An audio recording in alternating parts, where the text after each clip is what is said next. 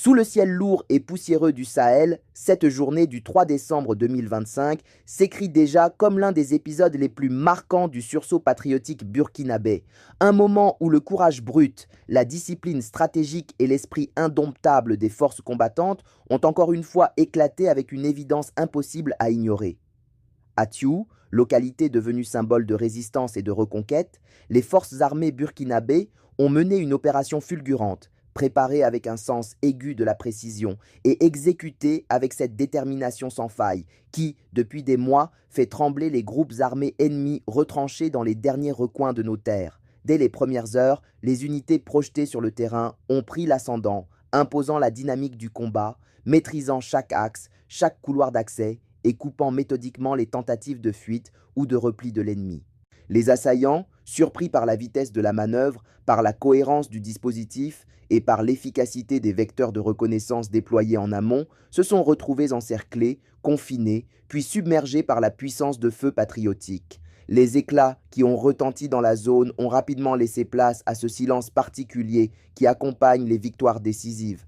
Un silence lourd, structuré, presque solennel, qui annonce au monde que la bataille a changé de camp. Le bilan provisoire, qui continue d'être consolidé, fait déjà état de plus d'une dizaine d'éléments des groupes armés ennemis officiellement mis hors d'état de nuire.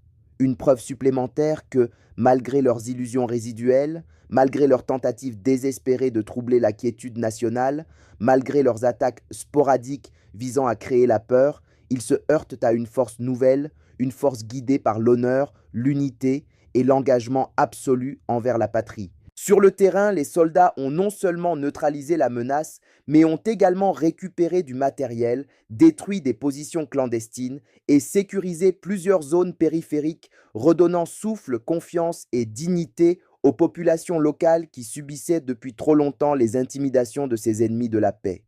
À chaque opération réussie, c'est tout un pays qui se redresse, qui retrouve son rythme, sa voix, son futur, et qui regarde avec une fierté renaissante les drapeaux flotter au vent, portés par des militaires qui, jour après jour, sont prêts à donner leur vie pour que vivent leur famille, leur village, leur tradition. Au-delà du simple affrontement armé, la victoire de Thiou est un message clair, puissant, sans ambiguïté. Le Burkina Faso, sous la conduite du capitaine Ibrahim Traoré, n'est plus dans la posture défensive. Le pays avance, le pays frappe, le pays reconquiert, le pays transforme chaque menace en opportunité de réaffirmer son droit absolu à la souveraineté et à la sécurité. L'ennemi perd du terrain, perd ses sanctuaires, perd son moral, tandis que la nation se consolide, se renforce, se mobilise derrière ses forces combattantes. Et même si la route reste longue, même si les défis se réajustent après chaque victoire, même si les groupes armés ennemis cherchent encore des brèches à exploiter, la dynamique actuelle montre clairement que ces brèches se referment, que ces illusions se dissipent et que leur chute n'est plus qu'une question de temps et de persistance.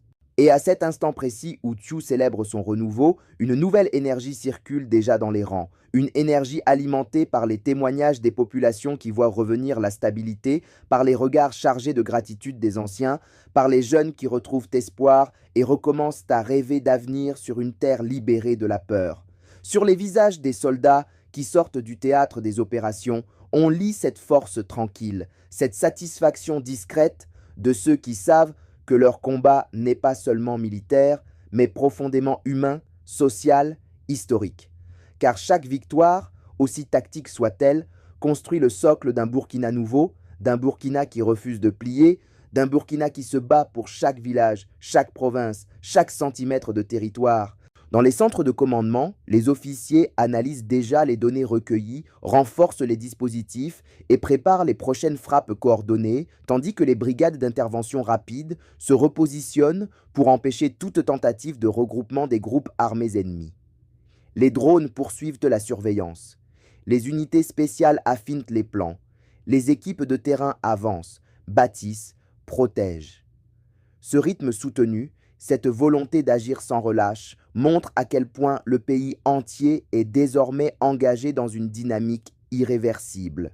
Thiou n'est pas un simple succès, c'est une démonstration, une preuve, une déclaration d'existence militaire, politique et patriotique. Et dans cette longue marche vers la victoire totale, un refrain résonne, porté par des millions de voix, gravé dans chaque cœur déterminé. La patrie ou la mort, nous vaincrons. Le combat continue, plus fort que jamais, et il continue dans la victoire, dans l'unité, dans le courage, dans la lumière de ce peuple qui s'est juré de se libérer définitivement de toutes les menaces qui pèsent sur son avenir.